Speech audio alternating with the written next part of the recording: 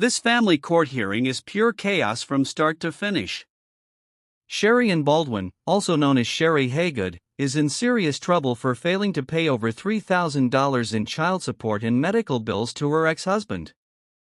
She claims she shouldn't know anything because her son lived with her and her eldest son for a while, but the court isn't buying it. The judge lays it out clearly: $2,367 in unpaid child support and $849 in medical support. The state even offers a repayment plan. $150 and $50 per month, but Sherry argues that since she was taking care of her son's daily needs, she shouldn't have to pay. She insists she spoke to the Attorney General's office, but the court points out the critical problem: she never officially filed to modify the support order. Without that legal step, the debt still stands. Tensions reach a breaking point at the very end. Thinking she's muted, Sherry blurts out, "You ain't getting," expletive.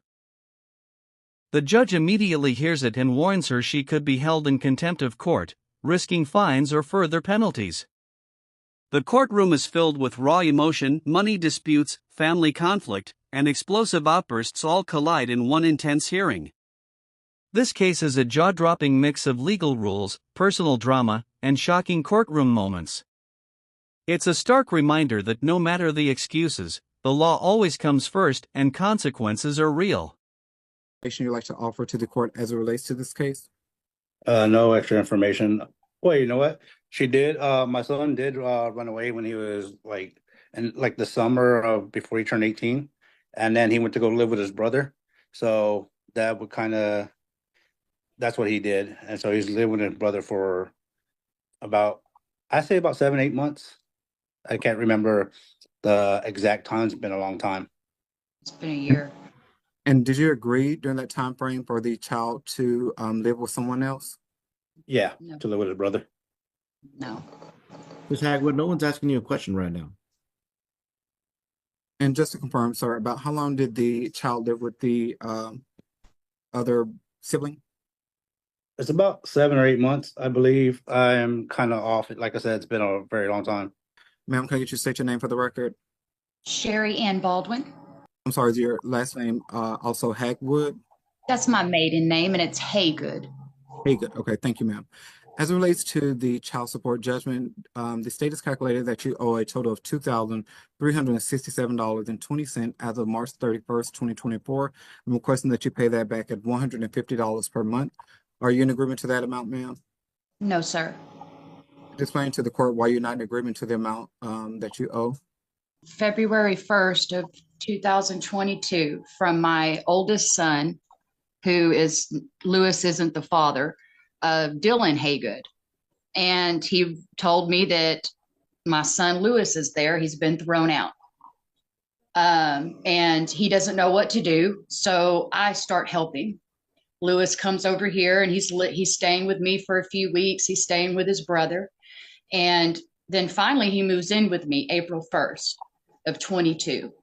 And he's been away from his father ever since. Me and his brother's been caring for him, his eyeglasses, his doctor's appointments, getting him to court. I have documentation from the court stating that he was with me and his brother, probation officers that are willing to whatever y'all need them to write up. But I was unable to pay him child support for a child that I was caring for. And during that time, thank you, ma'am. Thank you, ma'am. And during that time frame, when the child started to reside with you, did you petition the court to change the child support to reflect that the child was living with you? Yes, sir. I called y'all immediately and I emailed the court paper that I had stating that he was living with his brother. And then I went and got the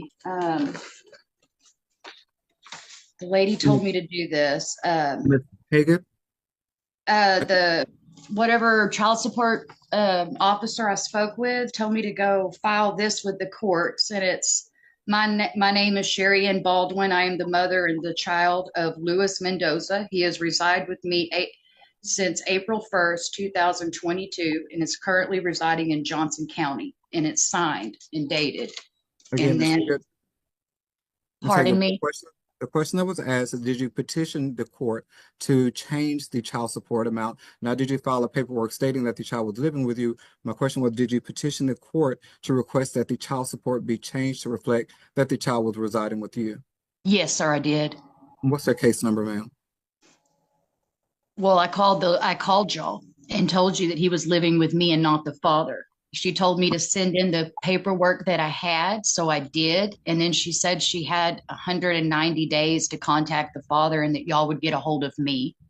And then she said that they froze the funds.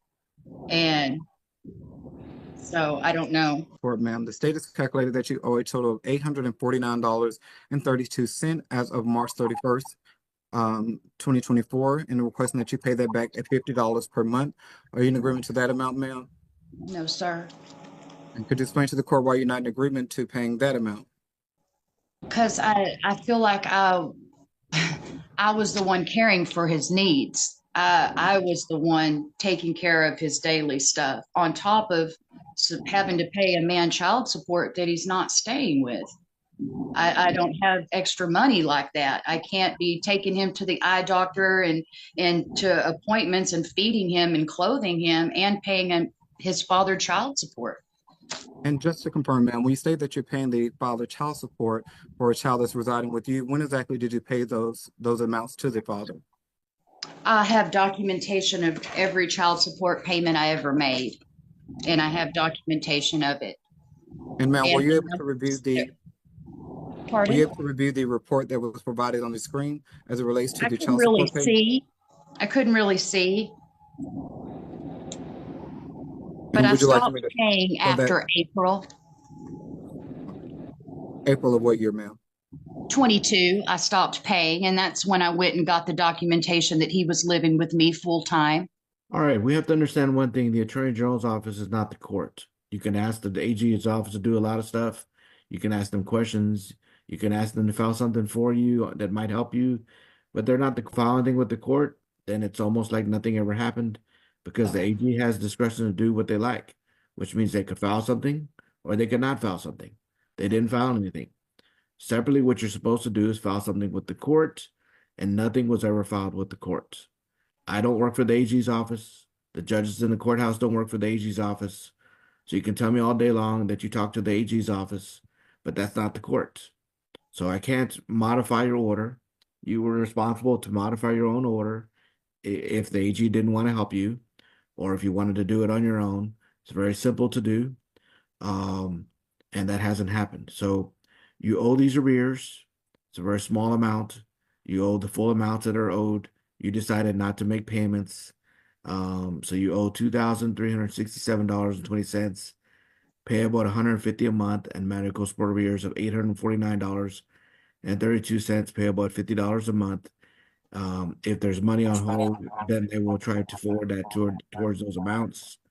And then if there's any remaining balance, then those are the monthly payments. All right, y'all are done with court. You can press leave on the Zoom to exit out. Thank you. All right, thank you, Judge.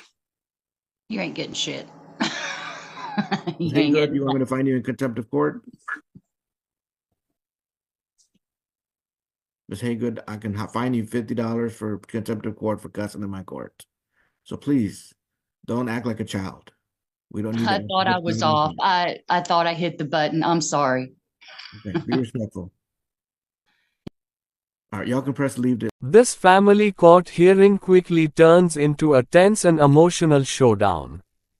Sherry Ann Baldwin, also known as Sherry Haygood, is facing serious legal trouble for failing to pay over $3,000 in child support and medical expenses to her ex-husband. From the very start, she insists that she shouldn't owe any money, claiming that her child had been living with her and her eldest son for a period of time, which, in her view, should excuse her from paying. But the courtroom makes it immediately clear, personal circumstances do not override the law. The judge's voice carries a sense of authority, reminding everyone that without formally changing a court order, the debt remains valid. As the hearing unfolds, the numbers become the center of attention. Sherry owes $2,367 in child support and $849 in medical expenses.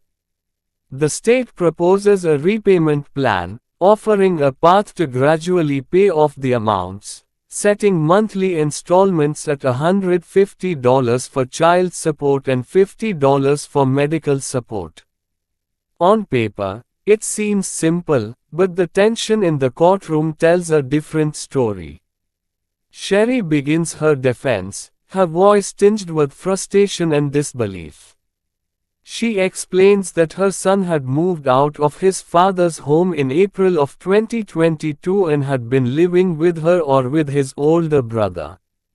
She emphasizes that she was covering all of his daily needs and argues that it is unfair to pay the father for a child who was not under his care during that time.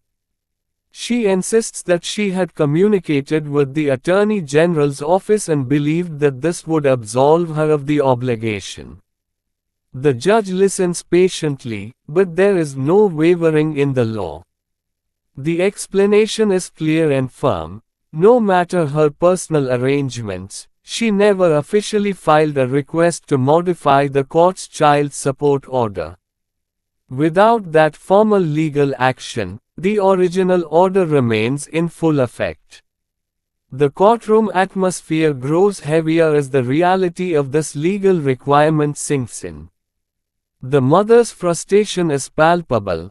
The argument that she provided for her son's daily needs is not sufficient in the eyes of the law. Every excuse, every appeal to fairness, meets the unyielding principle that court orders are binding unless officially changed. As the hearing progresses, the tension escalates. Words are exchanged, voices rise, and the emotional weight of the situation is unmistakable. Sherry's exasperation becomes more evident, and then, in a moment she believes she is unheard, she blurts out a shocking statement. "You ain't getting," expletive. She shouts, thinking her words are private. But the courtroom is silent only for a moment before the judge responds, having heard every word. The threat of contempt of court hangs in the air, signaling that fines or additional legal consequences could follow immediately.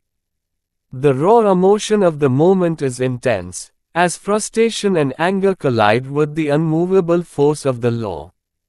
This case is more than numbers and payments. It is a study in the collision between human emotions and strict legal rules. It highlights the critical importance of following proper procedures. Even when circumstances seem unfair or complicated, the legal system operates according to formal processes. Without filing a formal petition to modify the support order, the debt remains, and no argument based on personal circumstances can change that. The mother's story is a stark reminder that personal feelings and intentions do not replace legal requirements. As the hearing continues, the narrative unfolds with mounting tension. Every exchange, every argument, every frustrated look contributes to the intensity. The financial details, the repayment plans, and the insistence on following legal procedures all underscore a harsh truth. In family court, consequences are real and unavoidable. Money owed is money owed, and the law enforces it, regardless of emotional appeals or perceived fairness. The courtroom becomes a stage where reality and law clash with human emotion in ways that are dramatic and unforgettable. The hearing also reveals the broader implications of neglecting legal procedures. When obligations are not met and no formal changes are filed, the law steps in to ensure that orders are enforced. This is a cautionary tale for anyone navigating family court. Understanding legal responsibilities and acting within the framework of the law is not optional. The mother's actions, her decisions, and her outburst serve as a lesson that failure to comply with legal requirements carries tangible consequences. By the end of the hearing, the tension has not dissipated. The mother's frustration, the unrelenting authority of the court, and the stark presentation of financial obligations all leave a lasting impression. The courtroom, charged with emotion, demonstrates a fundamental truth: the law does not bend for excuses. Compliance, documentation, and formal processes are essential, and ignoring them can lead to serious repercussions. This is a case where personal beliefs about fairness collide with the unmovable force of legal responsibility, creating moments of drama, conflict, and undeniable tension that viewer can feel with every word spoken. Through it all, the hearing serves as a vivid example of the challenges in family law cases. Emotions run high, money disputes create conflict, and the weight of legal obligations can overwhelm those involved. The mother's story, her insistence on her perspective, and the final explosive moment capture the complexity of human behavior under legal scrutiny. It reminds everyone watching that family court is a place where rules govern outcomes, and consequences are inevitable when those rules are ignored. In the end, this case is a powerful reminder of the balance between human emotion and legal obligation. No matter how strong the personal argument, the law remains firm. Sherry's failure to follow proper procedures and her emotional outburst illustrate the intense consequences that come with ignoring court orders. The courtroom drama, financial stakes, and human emotions all combine to create a gripping and unforgettable story that shows why the law demands respect and adherence, above all else.